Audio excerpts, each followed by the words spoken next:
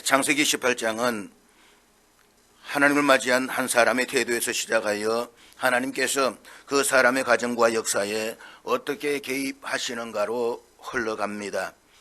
아브라함은 한낮의 뜨거운 시간 장막문에 앉아있다가 낯선 세 사람의 나그네를 보게 됩니다. 그는 일어나 그들 향해서 달려가 절하고 붙들듯이 말합니다. 종을 떠나 지나가지 마옵소서. 그는 물을 조금 가져오게 하고 떡을 조금 가져오겠다고 말하지만 실제로는 최상의 밀가루와 또 좋은 송아지를 준비합니다. 그리고 음식을 차려놓은 뒤 아브라함은 그들과 함께 앉아 먹지 않았습니다. 마치 식당 옆에 서 있는 종처럼, 아니면 우리가 잘 아는 식당의 웨이터처럼 곁에 서서 섬깁니다. 그는 끝까지 종의 자리, 섬김의 자리를 지킵니다. 아브라함의 이 자세는 단순한 친절이 아니라 성숙한 신앙인의 태도를 보여주고 있습니다. 하나님을 대하는 사람의 자세입니다. 날이 뜨거울 때, 하루 중 가장 뜨거운 시간에 자결하는 태양을 피해 모두가 쉬고 있습니다. 우리의 몸은 다 똑같습니다. 아브라함이라고 해서 귀찮지 않을 리가 없습니다. 그런데 그 무더운 날씨에 어디론가 가야 하는 지친 사람들이 앞에 나타났을 때에 아브라함의 마음에는 선한 욕구가 생겨났습니다. 그는 그 마음을 외면하지 않았습니다. 그 생각이 도는 즉시 장막에서 일어나 달려갔습니다. 귀찮은 시간에 바쁘게 열심히 움직이고 있습니다. 믿음은 정해진 계율을 잘 지키는 것이 아닙니다. 믿음의 계율은 마음에 새겨져 있는 것입니다. 책상 앞에 붙여놓은 것이 아니라 마음에 새겨놓은 것입니다. 선을 행하느냐 악을 행하느냐라고 하는 것은 한순간에 달려 있습니다. 물론 평소에는 누군가가 어려운 일을 당하면 도와야 되겠다라고 생각을 합니다. 그렇지만 막상 눈앞에서 어려운 사람을 만나게 되면 그 사람을 도와야 할지 말아야 할지 이유가 수십 가지씩 생각이 납니다. 거기에 덧붙여서 절대로 도와주면 안 되는 몇 가지까지 덧붙여서 생각이 나는 것입니다. 그렇기 때문에 평소에 이러쿵저러쿵 하는 것은 전혀 믿을 바가 못 됩니다. 중요한 것은 그 순간입니다. 그 순간에 악을 누르고 선을 행동하느냐라고 하는 것입니다. 하인들이라고 귀찮지 않을 리가 없습니다. 그런데 낮잠을 자는 사람들을 깨워서 일을 시키고 있는데도 불구하고 불평하는 사람이 아무도 없습니다. 종들이나 아내 사라나 이 더위 어딘가를 향해서 가고 있는 지친 나그네들을 대접하는 일을 결코 소홀히 하지 않았습니다. 그들은 아무 불평 없이 최상의 요리를 해서 나그네들을 대접하고 있습니다. 그런데 놀라운 것은 이렇게 사람을 향해 베풀었던 환대의 자리가 곧바로 하나님의 약속이 선포되는 자리로 바뀐다는 사실입니다. 섬김의 식탁이 약속의 강단이 됩니다. 떡과 고기가 놓인 자리가 생명의 말씀이 선포되는 자리가 됩니다. 오늘의 본문은 바로 그 다음 장면입니다. 하나님께서 이제 아브라함에게 그 개인을 넘어서 그의 가정, 특별히 사라를 향해 말씀하시는 장면입니다. 오늘의 본문은 환대 이후의 이야기이지만 사실은 약속의 본질을 다시 확인하는 결정적인 장면입니다. 본문 9절 말씀입니다. 그들이 아브라함에게 이르되 내 아내 사라가 어디 있느냐? 대답하되 장막에 있나이다. 여기서 그들은 하나님의 사자들입니다.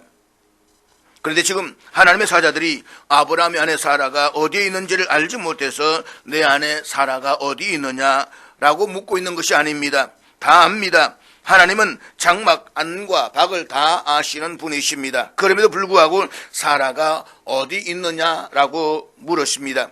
그 이유는 약속의 방향을 분명히 하기 위한 질문이고 약속의 대상을 정확히 지목하시는 하나님의 의도적인 질문입니다. 다시 말해서 하나님께서 지금 아브라함과 대화를 하고 계시지만 사실 이 질문의 초점은 아브라함이 아니라 사라에게 있습니다.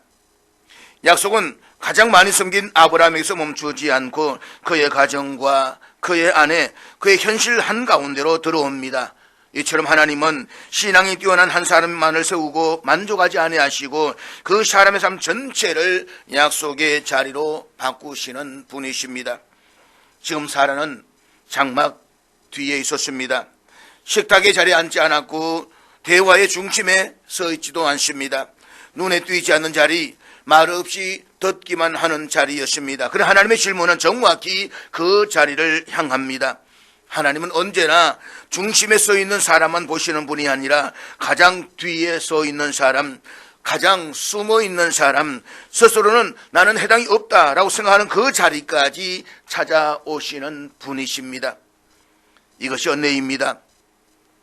우리는 종종 하나님은 아브라함과 같은 사람만을 쓰신다라고 생각을 합니다. 믿음이 크고 행동이 빠르고 섬김이 눈에 띄는 사람만 하나님의 약속을 받는다라고 오해를 합니다. 그러나 오늘 본문은 분명히 말씀합니다. 하나님은 사라를 잊지 않으셨습니다. 장막 뒤에 있는 사람, 말없이 듣고만 있는 사람, 스스로 가능성이 없다라고 여기는 사람, 이미 마음속으로는 포기해버린 사람에게도 하나님은 정확하게 그 이름을 부르시며 말씀하십니다. 그 하나님은 우리의 신앙의 무대가 아니라 우리의 삶의 자리를 향해서 질문하십니다. 내 안에 사라가 어디 있느냐? 본문 10절 말씀입니다. 그가 이르시되 내년 이맘때 내가 반드시 내게로 돌아오리니 내 안에 사라에게 아들이 있으리라 하시니 사라가 그 뒤 장막문에서 들었더라.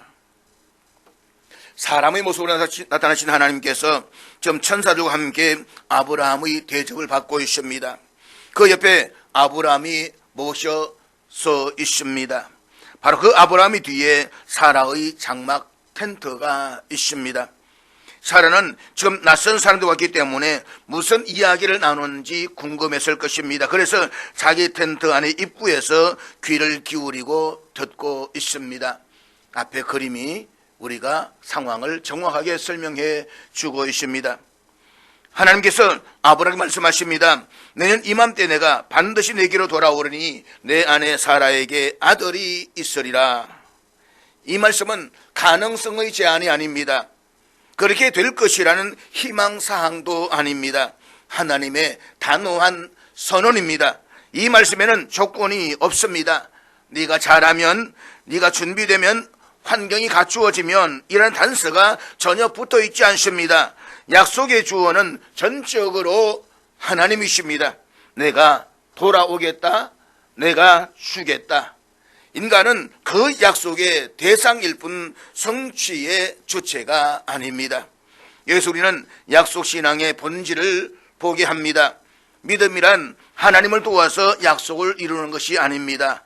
믿음이란 하나님께서 하실 일을 기다리고 신뢰하는 것입니다.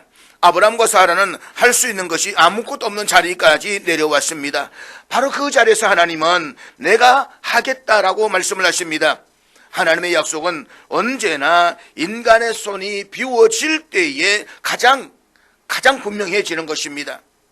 그런데 이 말씀은 하나님께서 아브라함에게 약속하셨던 내용과 정확하게 일치합니다. 창세기 17장 21절 앞에 우리 같이 읽도록 하겠습니다. 내 언약은 내가 내년 이 시기에 사라가 내게 낳을 이삭과 세우리라. 그러니까 사라가 아들 이삭을 낳는다라고 이미 약속을 하셨는데 그 약속을 지금 아브라함을 통해서 사라에게 전해 주시는 것입니다. 지난주에도 말씀을 드렸지만 부부는 한 몸입니다. 따라서 하나님의 약속의 말씀은 부부에게 동일할 수밖에 없는 것입니다. 하나님께서는 시간까지 정해주십니다. 내년 이맘때. 이 말은 막연한 미래가 아닙니다. 하나님은 약속을 추상적으로 남겨두지 아니하십니다. 역사 속에, 시간 속에 확실하게 박아 넣으십니다. 특별히 우리말로 내년 이맘때라고 번역된 히브리어는 생명의 때 조메라는 뜻입니다. 그 생명의 때는 만물이 다시 살아 소생하는 봄을 가리킵니다. 그때 사라에게 아들이 있을 것이라고 말씀을 하십니다. 이삭이 태어나는 시기는 해가 바뀌어 만물이 소생하는 시기인 봄이 될 것이라는 사실에 비추어 보았을 때에 하나님과 두 천사가 아브라함을 방문한 시기는 무더운 여름의 한낮이었음을 알 수가 있습니다.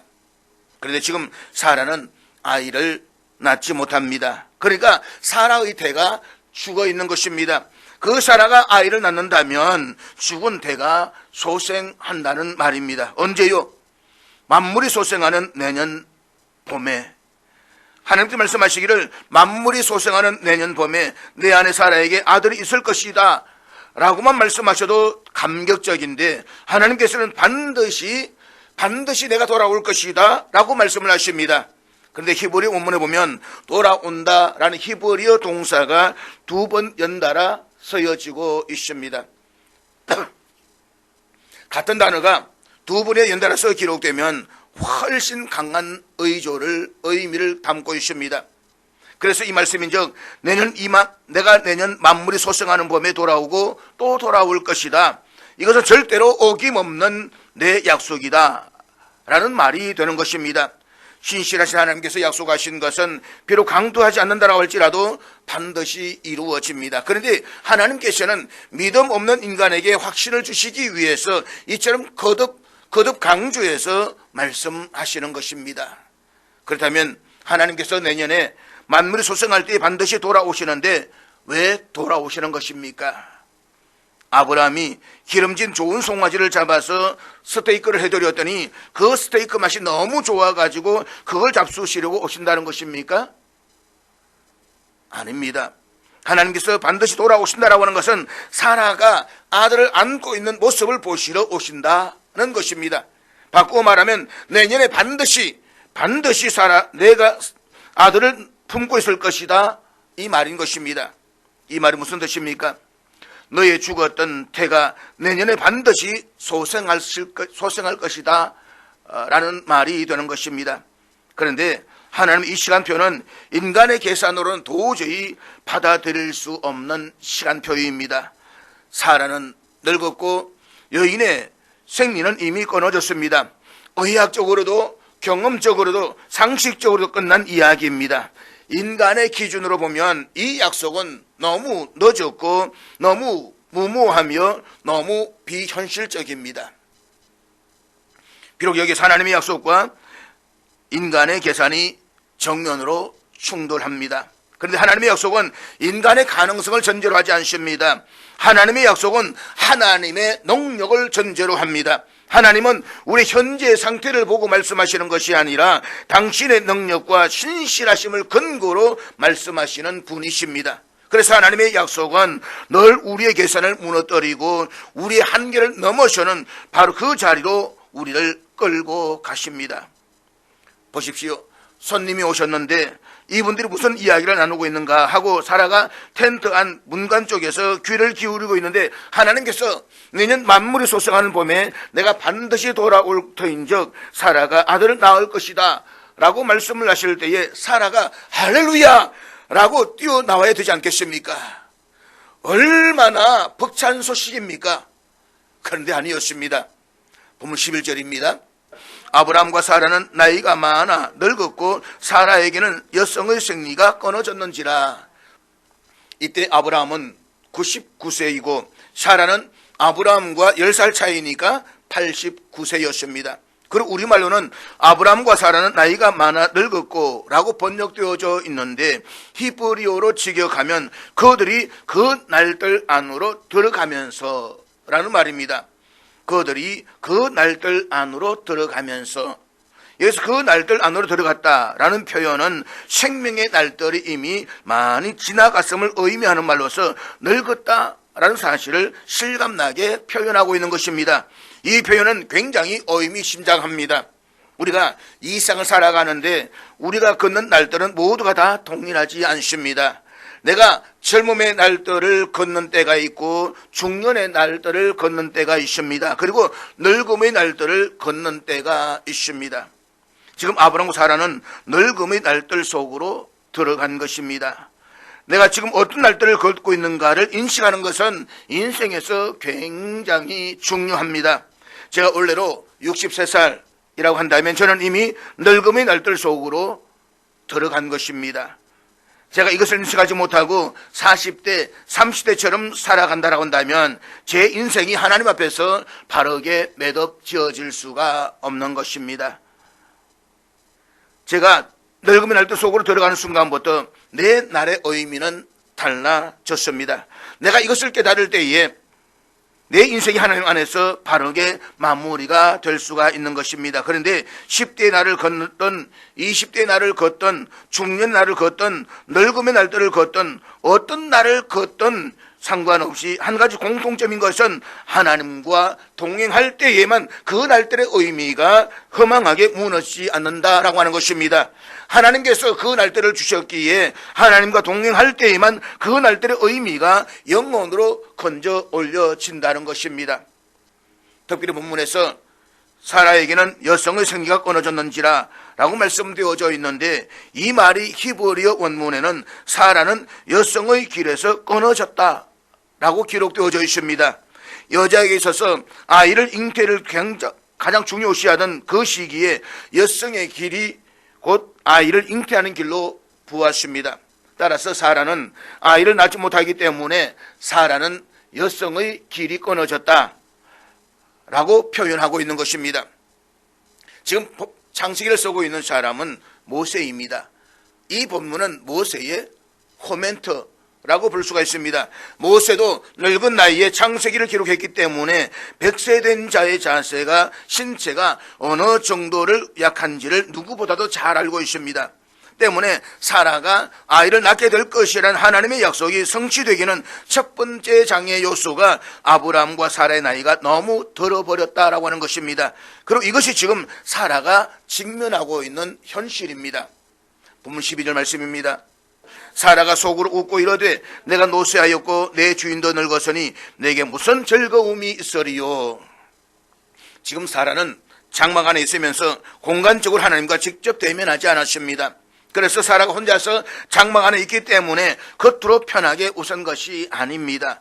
장막 안에서도 속으로 혼자서 웃었습니다.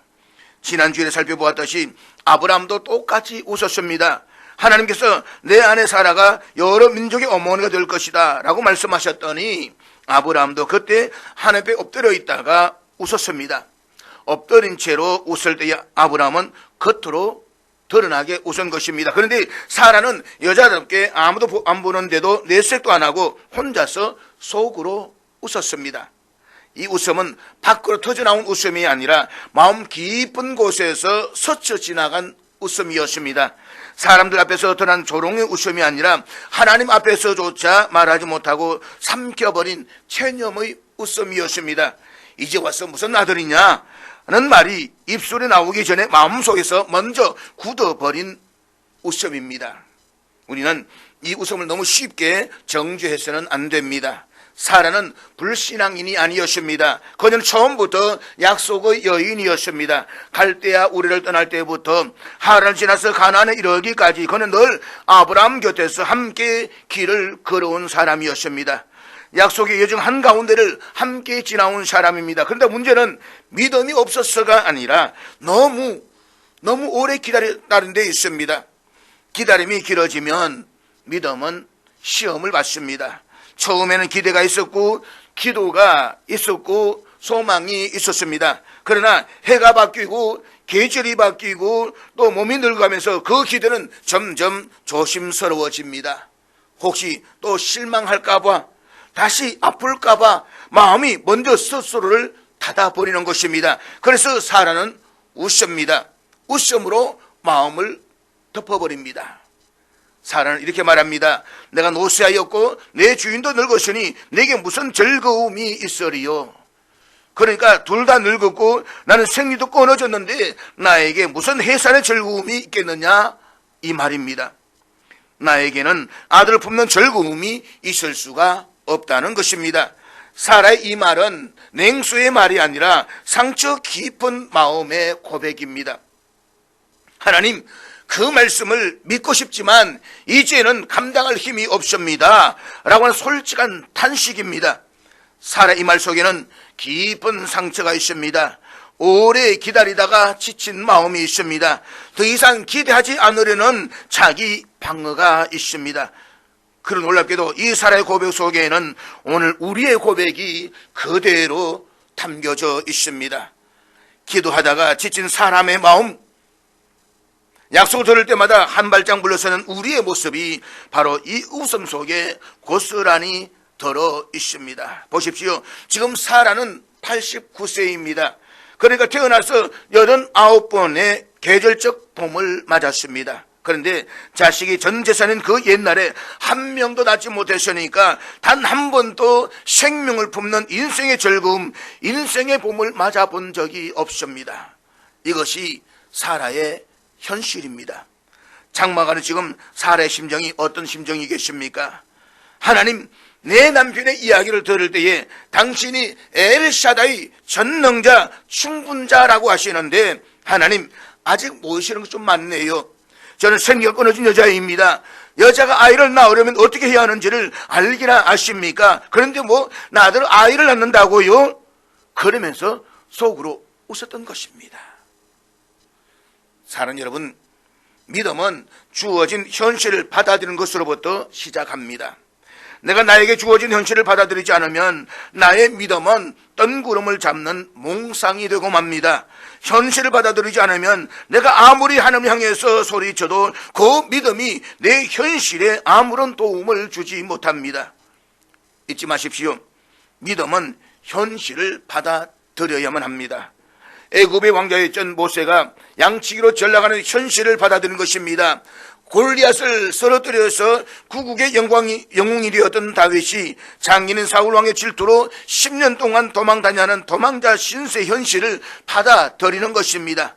만약에 그 현실을 받아들이지 않는다고 한다면 그들은 절대로 성경의 믿음의 용장으로 기록될 수는 없는 것입니다. 그런데 중요한 사실은 하나님을 믿는 사람이 주어진 현실을 받아들인다는 것이 내 현실 속에 하나님을 가두어 두는 것을 의미하지 않는다는 것입니다. 내게 주어진 현실을 주신 하나님은 그 현실을 주신 그 현실을 초월하시는 분이십니다. 그렇기 때문에 내가 현실을 받아들이는 것입니다. 문제는 많은 그리스도인들이 현실을 받아들인다고 할 때에 하나님을 자기 현실 속에 가두어 버린다는 것입니다. 내가 이해할 수 있는 하나님, 내가 경험할 수 있는 그 선에서의 하나님, 내 삶 속에서의 하나님, 그 하나님으로 한정시켜 버린다고 하는 것입니다. 그러면 어떤 결과가 되는가? 하나님 믿는다고 하면서도 비관주의자가 되기 쉽습니다. 하나님도 별 수 없어 라고 하면서 비관주의자가 되는 것입니다. 아니면 자기 힘으로 바꿀 수 없는 현실에 대해서 정오하게 됩니다. 염세주의자가 되는 것입니다. 아니면 냉소주의자가 되는 것입니다. 에이, 참 웃겨. 너희들 잘 해봐. 지금 사라의 잘못이 무엇입니까? 사라가 하나님, 내 성리도 끊어졌습니다. 내 남편도 늙었습니다. 나한테 더 인생의 즐거움이 있겠습니까? 라고 하면서 자기 있는 현실을 그대로 받아들였다. 그 자체는 굉장히 겸손한 자세입니다. 그런데 사라의 잘못은 자기가 받아들인 그 현실 속에 하나님을 가두어 넣었다는 것입니다. 그러니까 하나님하고 자기하고 아무런 차이가 없어져 버리니까 하나님께서 내년에 만물이 소생할 때 사라에게 아들이 있을 것이다 라고 하시니까 피식 냉소적이 되고 마는 것입니다. 참 웃기네. 사랑하는 여러분, 우리 그리스도인들은 절대로 비현실적인 사람이 되어서는 안 됩니다. 우리 그리스도인들은 초현실적인 초월자를 믿는 자들이 되어야 하는 것입니다. 그때 주어진 현실을 내가 그분 때문에 받아들임으로 나의 현실이 하나님의 섭리로 승화되든가, 아니면 내 현실은 아무런 변화가 없지만 그 현실을 받아들이는 내가 바뀌든가, 그 현실을 주신 하나님의 뜻이 내 삶 속에서 열매로 이루어지든가, 그 현실이 내 믿음의 운동장이 되게 하는 것입니다. 지금 사라가 하나님을 자기 현실 속에 가두어 버렸습니다. 여호와께서 아브라함에게 이르시되 사라가 왜 웃으며 이러기를 내가 늙었거늘 어떻게 아들을 낳으리요 하느냐.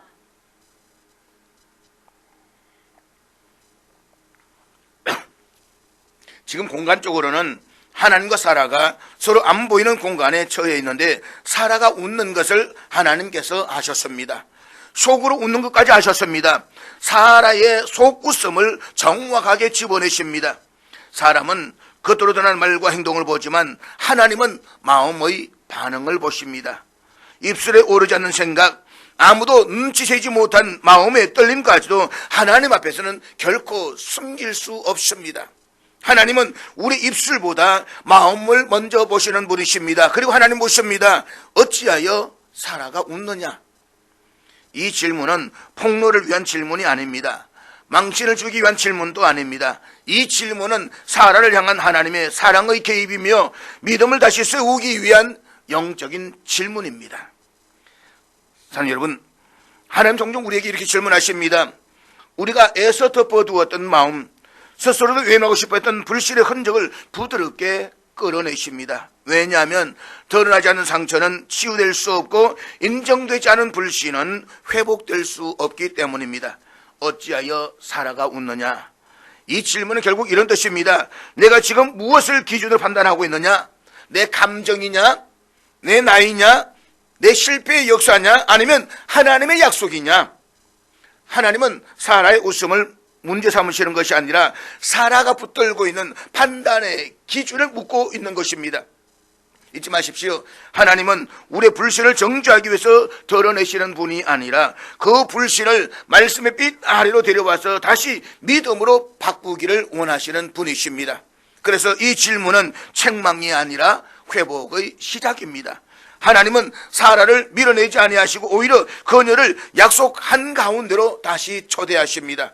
이 질문을 통해서 하나님은 사라의 마음을 약속 위에 다시 세우고 계시는 것입니다. 사라가 내가 늙거늘 어떻게 아들을 낳으려 하느냐?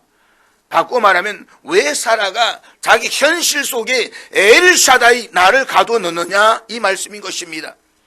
우리가 하나님을 믿는다라고 말하면서도 내 현실 속에 하나님을 가두어 놓으면 현실을 받아들이는 나는 절대로 변화되지 않습니다. 그 현실을 주신 하나님의 뜻이 내 현실 속에서 절대로 이루어질 수가 없습니다. 그런데 내가 내게 주어진 현실 속에 하나님을 가둔다라고 하는 것은 그 현실을 대하는 나의 생각 속에 하나님을 가두어 두는 것입니다. 그러니까 지금 하나님께서 왜 사라가 자기 생각 속에 나를 가두어 두느냐라고 지금 반문하시는 것입니다. 본문 14절 말씀입니다. 여호와께 능하지 못한 일이 있겠느냐? 기한이 이를 때에 내가 내게로 돌아오리니 사라에게 아들이 있으리라. 여호와께 능하지 못한 일이 있겠느냐? 하나님께는 어떤 일도 경이로운 일이 아니고 어려운 일도 아닙니다. 하나님은 엘샤다이 전능자이시고 그럴 만한 충분한 능력을 지니고 계시기 때문입니다. 그러므로 우리가 언제든지 경계해야 될 것은 하나님을 내 생각의 울타리 속에 가두어 들어가면 안 된다는 것입니다.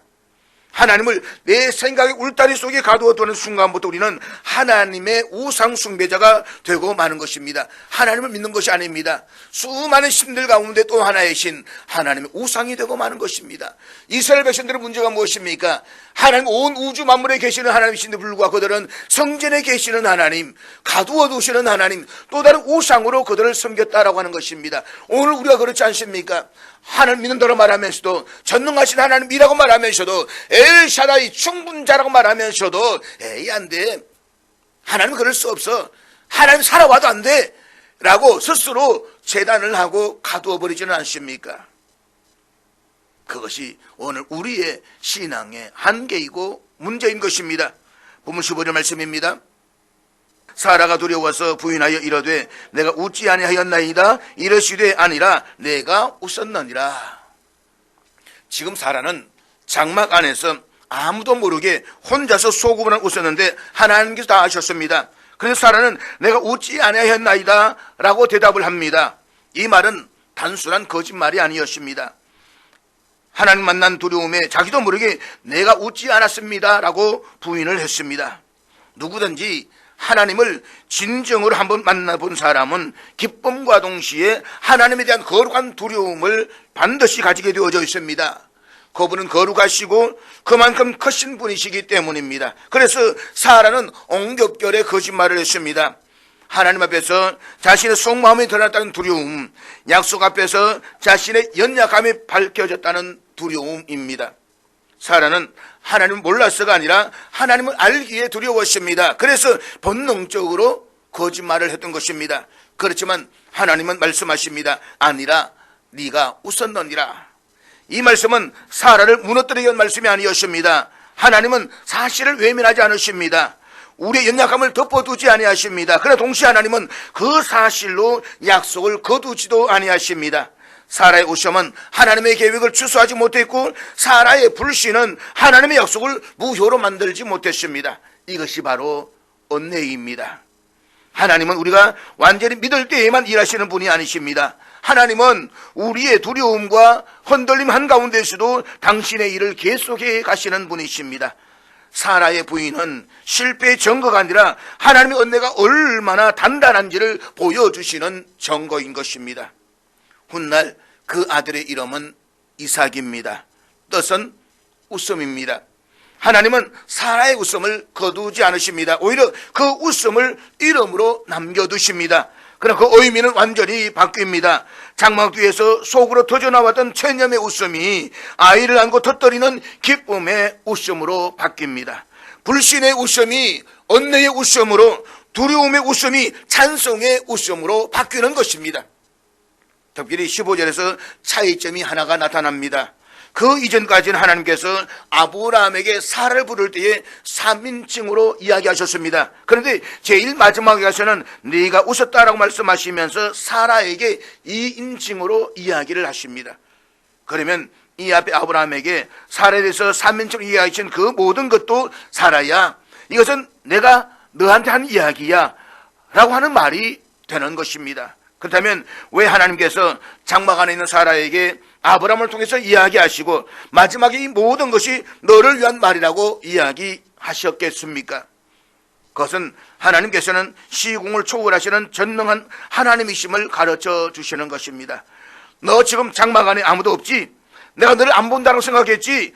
너는 겉으로 웃지 않았고 속으로 웃었지? 그렇지만 나는 다 알아. 그러므로 내가 하는 말을 믿어라. 내 승리가 끊어졌어도 내년 이맘때쯤 너를 통해서 내가 언약의 아들을 줄 것이다. 이 하나님과 만남을 계기로 사라 역시도 하나님께서 자기의 다친 태를 통해서 언약의 아들을 주실 수 있는 엘샤다이, 전능하신 하나님, 충분자라는 사실을 의심하지 않는 믿음으로 바뀌어지게 되는 것입니다. 그 모든 은혜가 인간이 간구해서 주어진 것이 아니라 하나님으로부터 주어진 은혜였다는 것입니다. 그것도 중요한 단어 하나만 더 생각하고 오늘의 말씀을 마치려고 합니다. 여호와께 능하지 못한 일이 있겠느냐? 이 질문은 오늘 본문의 중심이고 동시에 성경 전체를 관통하는 하나님의 자기 선언입니다. 그리고 이 질문은 사람을 향한 질문이 아닙니다. 아브라함을 향한 질문이며 오늘 이 말씀을 듣는 우리 모두를 향한 질문입니다. 이 질문 앞에 서면 그동안 우리가 붙들고 있던 모든 인간적인 계산과 조건과 한계는 힘을 잃고 무너질 수밖에 없습니다. 지금까지 사라는 자신의 몸을 보았고 나이를 보았으며 지나온 시간을 보았습니다. 그러나 하나님은 묻고 계십니다. 사라야, 내가 보고 있는 것이 나이냐 아니면 하나님이냐? 이 질문은 불가능을 지적하시는 질문이 아니라 능하신 하나님을 다시 바라보게 하는 질문입니다. 하나님은 늙은 몸에서 생명을 일으키시는 분이십니다. 인간의 생리와 질서가 끝났다고 선언한 바로 그 자리에서 하나님은 새로운 역사를 시작하십니다. 하나님은 없는 것을 있게 하시는 분이십니다. 가능성의 씨앗이 전혀 보이지 않는 자리에서도 말씀 하나로 생명의 문을 여시는 분이십니다. 온 우주가 혼돈 속에 있을 때에 말씀으로 질서를 세우시는 분이 전능자 엘샤다이 하나님이십니다. 뿐만 아니라 하나님은 약속을 시작만 하시는 분이 아니라 그 약속을 끝까지 책임지시는 분이십니다. 사람의 약속은 상황이 바뀌면 흔들리지만 하나님의 약속은 우리의 상황에 의해서 수정되지 않습니다. 하나님은 당신의 이름을 걸고 하신 말씀을 반드시 이루시는 분이십니다. 그러므로 이 질문은 우리를 다시 믿음 위에 세우는 질문이기도 합니다. 여호와께 능하지 못한 일이 있겠느냐? 이 질문 앞에서 믿음은 계산을 내려놓고 전능하신 하나님 앞에 다시 무릎을 꿇게 되는 것입니다. 사랑하는 여러분, 하나님께서 오늘도 우리가 묻고 계십니다. 여호와께 능하지 못한 일이 있겠느냐? 이 말씀을 신약시대에서는 사도 바울 말합니다. 내게 능력 주시는 자 안에서 내가 모든 것을 할 수 있다. 이 질문은 결국 결단을 요구하는 질문입니다. 위로로 끝나는 말씀이 아니라 삶의 방향을 바꾸라고 요구하시는 하나님의 음성입니다. 오늘 우리의 현실을 정직하게 바라보십시다. 우리 너무 쉽게 주저합니다. 나이가 많아서 환경이 안 되어서 이미 실패를 보았기 때문에 한번 상처를 입었기 때문에 다시 믿지 않으려고 합니다. 기도하다가 응답이 더뎠던 자리, 기도했다가 무너졌던 자리에서 우리 스스로 이렇게 말합니다. 이쯤면 충분하다. 여기까지가 내 한계다. 나도 할 만큼 했다. 그래 하나님은 그 자리에서 우리에게 물으십니다. 정말로 능하지 못한 일이 있겠느냐? 우리가 포기한 것은 현실 때문이 아니라 하나님의 능력을 더 이상 기준으로 삼지 않았기 때문입니다. 우리는 어느 순간부터 하나님을 바라보는 대신에 상황을 바라보았고 약속을 붙들기보다 가능성을 계산했습니다. 그래서 기도는 줄어들었고 순종을 미루어지고 헌신은 안전선에서 멈추어 버렸습니다. 그럼 오늘 하나님은 가정의 문제 앞에서, 교회의 사명 앞에서, 우리의 신앙과 다음 세대를 향한 책임 앞에서 다시 묻고 계십니다. 능하지 못한 일이 있겠느냐? 이 질문은 할 수 있느냐가 아니라 누구를 믿느냐의 문제입니다. 나를 보느냐, 하나님을 보느냐의 문제입니다. 내 한계를 바라보느냐, 하나님의 전능하심을 바라보느냐, 이 문제인 것입니다. 그러므로 이제 결단하십시다. 더 이상 늦었다는 말로 하나님의 약속을 미루지 마십시다. 더 이상 불가능하다라는 말로 순종을 회피하지 마십시다. 사라의 웃음을 언내의 웃음으로 바꾸신 하나님께서 오늘 우리의 체념도 다시 믿음으로 바꾸실 수가 있습니다. 그러하기에 여호와께 능하지 못한 일이 있겠느냐? 이 질문이 우리의 주저함을 깨뜨리고 우리의 삶을 움직이는 믿음의 고백이 될 수 있기를 주님의 이름으로 축복합니다.